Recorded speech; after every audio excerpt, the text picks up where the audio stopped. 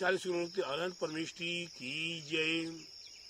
मंत्र आचार्य महाराज की जय।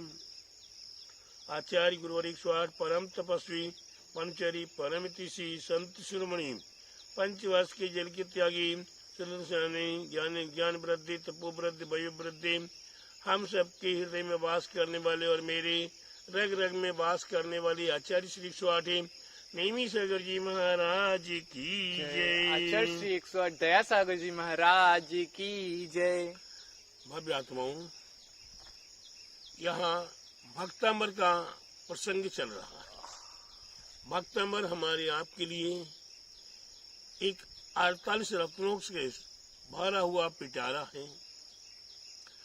इन रत्नों में से आप कौन से रत्न की आवश्यकता होती है, उस रत्न को हम प्राप्त कर सकते हैं। और ऐसे रत्न को हम और आपने एक एक करके जानने का प्रयास किया है। आज भक्तांबर का 47 नंबर का श्लोक आ रहा है। बस कम बचा कितना है, तो आज का होने के बाद एक बचता है। तो प्यारे बंधु, अब आज का जो 47 नंबर का श्लोक है, वह श्लोक हमारे सामने मत्ता उत्पेन्द्र दबान लाही संग्राम में बार्दि महोदर बंदिनोथम तस्याशुनाश उपयादि भयम विवा इस्ताव एकम इस्तम मतिमान धीते। हे प्रभु, आप कैसे हैं? अरहंत प्रभु, तीर्थंकर प्रभु, केवली प्रभु, सर्वज्ञ प्रभु, हितोपदेशी प्रभु, हे प्रभु आप कैसे हैं? हम संसारी प्राणियों के लिए आप कैसे हैं? हमारे अनेकों प्रकार के संकटों को हर लेने वाले हैं। इस श्लोक के माध्यम से आपको बताया जा रहा है, पागल से पागल हाथी गजराज अगर बिखर गया हो, ऐसा संकट आ रहा हो, वह संकट भी पलायमान हो जाता है। सिंह, शेर, खुखार, जिसकी दहाड़ सुन के संपूर्ण जंगल के अनेकों जीव, अनेकों भयंकर जानवर थर थर कांप जाते हैं, ऐसा शेर का भय। क्यों सौरभ भैया, आपके सामने अगर शेर आ जाए तो आप खड़े रहोगे? नहीं खड़े रहोगे, भाग जाओगे। कोशिश करेंगे, भागने की कोशिश करेंगे। वो शेर भले पीछे करे, कुछ भी करे, लेकिन फिर भी बचने की और भागने की कोशिश करेंगी। ऐसे शेर का भय, वह दावानल अग्नि, ये भयंकर से भयंकर धधकने वाली आग हो, ऐसी आग का भय। कहा वह भयंकर नाग, भुजंग सर्प, अजगर सर्प, जो केवल मां सांस लेने से ही आपको संपूर्ण अपने मुख में ले लेता है, निगल जाता है। बड़े बड़े शेर, बड़े बड़े हाथी, बड़े बड़े गाय भैंस को भी वे बड़े बड़े अजगर निगल जाते हैं। ऐसा अजगर जैसा भय आपके सामने आ जाए, वे भयंकर काले से काला भुजंग नाग नागिन हमारे सामने आ जाए, तो क्या होगा? थर थर कांपने लगेंगी। क्या करूं? अगर कोई भूले से वह कह दे कि सौरभ सांप, ये सब सांप, उतने में तो पता नहीं कितने बार ऊंचा नीचे हो जाएंगे, अगल बगल में हो जाएंगे। तो ये सर्प का भय। कहीं आपके सामने समाचार मिल जाए कि आपका शत्रु आपके पर आक्रमण करने के लिए पूरी सेना लेकर युद्ध करने के लिए तैयार हो रहा है। अरे हम और आप यहाँ बैठे हैं, यहाँ बंडा में बैठे हैं, नेमीगिरी में बैठे हैं, चारों ओर से सुरक्षित बैठे हैं, 55 एकड़ की भूमि में शांति से बैठे हैं, प्रभु के चरणों में बैठे हैं। यहाँ हरियाली के बीच में बैठे हुए हैं, लेकिन ऐसी अवस्था में आपको सुनने को मिलता है कि चीन भारत के ऊपर आक्रमण करने को तैयार है।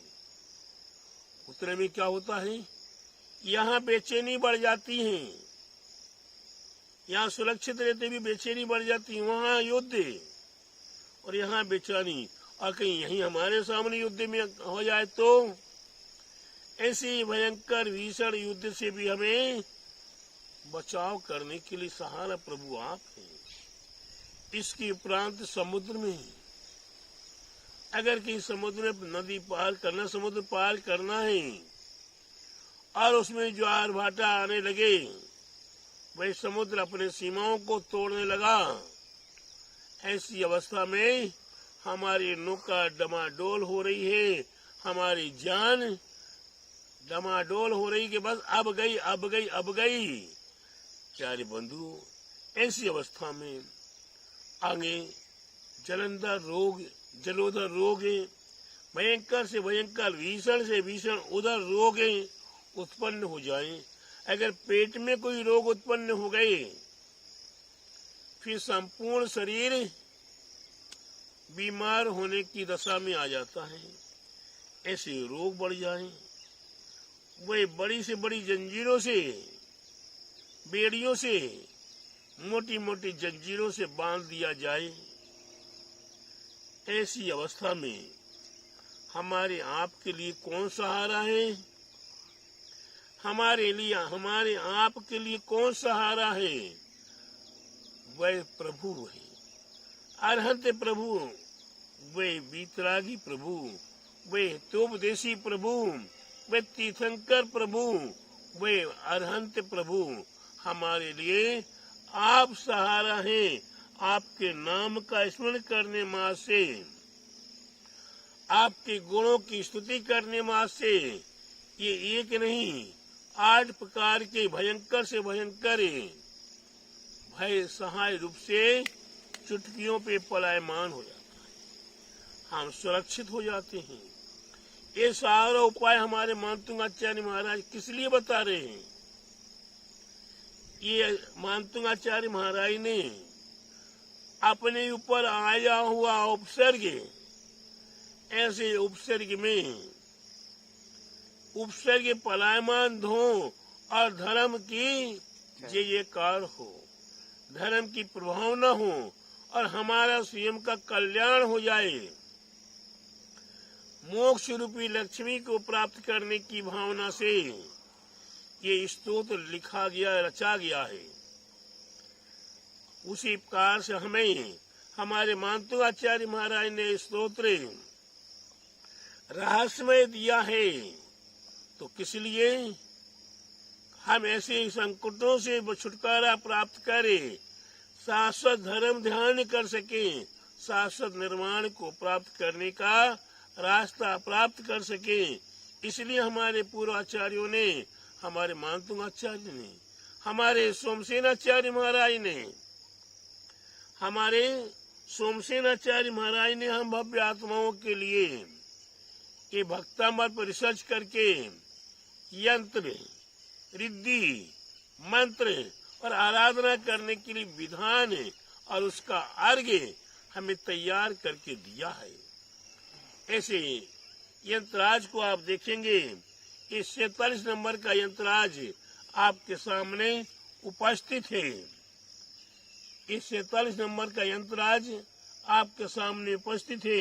इस यंत्राज को आप देखें, अवलोकन करें और इस यंत्राज को आप सोने के पत्रे पर, चांदी के पत्रे पर या तांबे के या कांसे के पत्रे पर इस यंत्राज को खुदवा कर, यंत्राज को केर कर अपने पास इसकी प्राण प्रतिष्ठा आदि करके और उसे शुद्ध कर अपने पास रखें और इसे सामने यंत्राज पर, सिंहासन पर यंत्राज को विराजमान करें। फिर उसकी आराधना करें। आराधना करने के लिए पीला वस्त्र, पीली माला और पीला आसन आप प्राप्त करेंगे और उत्तर दिशा की ओर मुख करके इस यंत्राज की आराधना करेंगे। इस यंत्रराज की आराधना करने के लिए इसकी रिद्धि क्या है? ओम ह्रीम आहम नमो विशिदानम बडमानम जुनम जुनम नमः स्वाहा। मंत्राज है ओम नमो ह्राम ह्रीम ह्रूम ह्रा याच्छा श्रीम ह्रीम फट स्वाहा। ओम नमो होते उन्मत्त भय हराय नमः। इस प्रकार से ये मंत्राज है। आराधना करने की यंत्राज की मंत्र है ओम ह्रीम बहुविधि विघ्न विनाशनाय क्लीम महावीयाक्ष शेतय हृदय विश्व जिनेन्द्र जलादि अधिगम पामिते। स्वाहा। इसके चारों ओर यंत्राज के चारों ओर 4 चरण लिखे हुए हैं। वही 47 नंबर के 4 चरण है। मत्ता दुपेन बलराज दबान लाही संग्राम में बार महोदर बंदिनोत्रम तस्यास विनाश उपयादि भयम विवेवा स्ताव कम स्तमतिमान निधीते। इस प्रकार से ये भक्तमर का यंत्रराज है।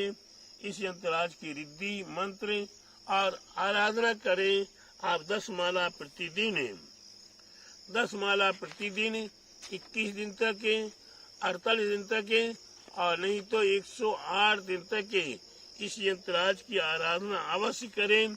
यह यंत्रराज आपको शुद्ध हो जाएगा, आपको साधना में आपको पवित्र हृदय के आपको उत्तम है, आपके जीवन को करेगा। अंत में जब किसी प्रकार का कोई उपसर्ग आता है, कोई संकट आता है, कोई आपदा आती है, उस समय पर आप इसे 108 बार काव्य रिद्धि मंत्र की आराधना करेंगे तो आपका वह सारा संकट पलायमान हो जाएगा। पता भी नहीं चलेगा कोई संकट आया था कि नहीं आया था। इस प्रकार से आप ये 47 नंबर के रिद्धि मंत्र की आराधना करेंगे। रिद्धि मंत्र की आराधना आप एक प्रकार से नहीं अनेकों प्रकार से करने का प्रयास करते हैं, लेकिन आगम अनुसार आपको अपने मन अनुसार नहीं चलेगा। आगम अनुसार गुरु के पाद मूल में रहकर गुरु का आदेश, गुरु का निर्देश, गुरु का संदेश प्राप्त करके फिर रिद्धि मंत्र की आराधना करें। भक्तमर अपने आप में एक अद्भुत अलौकिक महिमा जन स्तोत्र है। इसमें एक एक अक्षर पर अनेकों अनेकों शक्तियाँ और एक एक शक्ति पर अनेकों अनेकों देवी देवताओं का वास है। न जाने कब कौन सा देवी देवता हमारे किस प्रकार की आराधना करने से हमें कौन सा देवी देवता सिद्ध हो जाए, कौन सा देवी देवता प्रकट हो जाए, इसका कोई हमारे लिए पता नहीं है। जब ऐसी अवस्था में हमें आराधना करनी है तो गुरु निर्देश, गुरु को सब मालूम है, गुरु को ज्ञान है, गुरु को अनुभव है। और गुरु महाराज सामने वाले भक्त को अगर रिद्धि मंत्र दिए हैं, यंत्र दिए हैं, आराधना करने के लिए वे निर्देश भी करेंगे, संदेश भी करेंगे और किसी प्रकार की आती हुई विघ्न बाधाओं को भी हरण करने के लिए तत्पर रहेंगे और वही आपको मंत्रराज यंत्रराज अवश्य सिद्ध हो जाएगा। आप उसका प्रयोग कब किस समय पर कैसे करना है यह भी गुरु महाराज से ही निर्देश प्राप्त होगा। आगम में हर बात है। एक बात ध्यान रखिएगा, सौरभ भैया, राधा दीदी, प्रकाश जी, विमल जी, कमल जी, शरद जी, एक बात याद रखिएगा। क्या याद रखिएगा? ये यंत्रराज, ये मंत्रराज, ये भक्तमर की महिमा हमारे आपके लिए गुरु निर्देश क्यों कहा जाता है? गुरु आपके लिए पिता तुल्य हुआ करते हैं और अपने बच्चे को कोई भी पिता संकट में नहीं आने देगा, संकट को हर लेने के लिए तैयार रहेगा। तो ठीक उसी प्रकार से यहाँ गुरु जी आपको जब यंत्रराज मंत्रराज बताएंगे तो वो उसके प्रति आपको वह रास्ता भी बताते रहेंगे कि आप किस प्रकार से साधना करो, इसमें ऐसी बाधा टल जाएगी, इसमें बाधा नहीं आएगी, ऐसे ऐसी विधि विधान से करो, वह आपको उंगली बता बता करे, उंगली पकड़ पकड़ करे आपको साधना कराने में सक्षम होंगे। लेकिन आज का युग है, आज का युग बड़ा विचित्र हो गया है। गरज पड़ने पर गुरु की आवश्यकता मानता है, गरज पड़ने पर गुरु की आवश्यकता मानता है, और गरज निकल जाने के बाद गुरु को कचड़े से भी गए वितर समझ लेता है। इसलिए प्यारे बंधु, गुरु का सहारा, गुरु का सहारा एक उदाहरण के रूप में, एक उदाहरण के रूप में, ये गर्मी का मौसम चल रहा है। ऐसी गर्मी के मौसम में एक कुत्ता धूप में तड़फ रहा है, इधर उधर देखता है, कहीं उसे कोई छाया का सहारा नहीं मिल रहा है। ऐसी अवस्था में इधर उधर भटक रहा है। भटकते भटकते उसे प्यास भी लगने लगती है, पानी भी कहीं नहीं दिखाई दे रहा है। चलते चलते परेशान हो गया, भूख लगने लगी, त्रस्त हो रहा है। ऐसी अवस्था में एक बैलगाड़ी लेकर एक व्यक्ति आ रहा है, और उस कुत्ते ने देखा क्या इसके बगल में छाया है, वो पहले बगल में आ जाता है। धीरे धीरे देखता कि यार बगल में कम छाया है, गाड़ी के नीचे जगह, पीछे से गाड़ी के नीचे आ जाता है, और गाड़ी के सहारे सहारे चलने लगा। छाया में चल रहा है। चलते चलते चलते चलते राहगीर ने, वही गाड़ी मालिक ने एक अच्छा बड़ा सा वृक्ष देखा, और उस वृक्ष के पास अपनी गाड़ी को जाकर रोक लिया। गाड़ी को रोककर वह अपना कुछ भोजन पानी का सामान निकालता है। धीरे धीरे वह भोजन करने लगा। भोजन करते करते सामने कुत्ता बैठा हुआ है। उस कुत्ते को भी एक दो रोटी भोजन की दे दी। उस कुत्ते ने रोटी खाई, फिर पानी पिया। पानी पीने के कुत्ते को भी पानी पिला दिया। फिर कुत्ते ने भी भोजन कर लिया, पानी पी लिया, और उस सेठ ने सोचा थोड़ी देर आराम कर लूं। वही राहगीर है, गाड़ी मालिक आराम करने लगा, कुत्ता भी आराम करने लगा। थोड़ी देर के बाद आराम करके वही गाड़ी मालिक गाड़ी पर बैठा, फिर गाड़ी को चलाना शुरू करता है। वह कुत्ता पीछे से आ जाता, गाड़ी के नीचे नीचे चल रहा है। थोड़ी देर चलने के बाद वो कुत्ता क्या विचार करता है, इतनी बड़ी गाड़ी, इतनी बड़ी गाड़ी, इतना बड़ा इंसान मेरे सहारे चल रहा है, मेरे ऊपर है। देखो मैं नीचे हूँ, गाड़ी ऊपर, मेरे ऊपर गाड़ी है। अगर मैं कहीं खड़ा हो जाऊंगा तो ये गाड़ी भी खड़ी हो जाएगी। बस वही धीरे से कुत्ता खड़ा हो जाता है, और गाड़ी आगे आगे बढ़ती चली जाती है। वे कुत्ता देखता रह जाते, अरे मेरा सहारा इनको था कि इनका सहारा मेरे को था।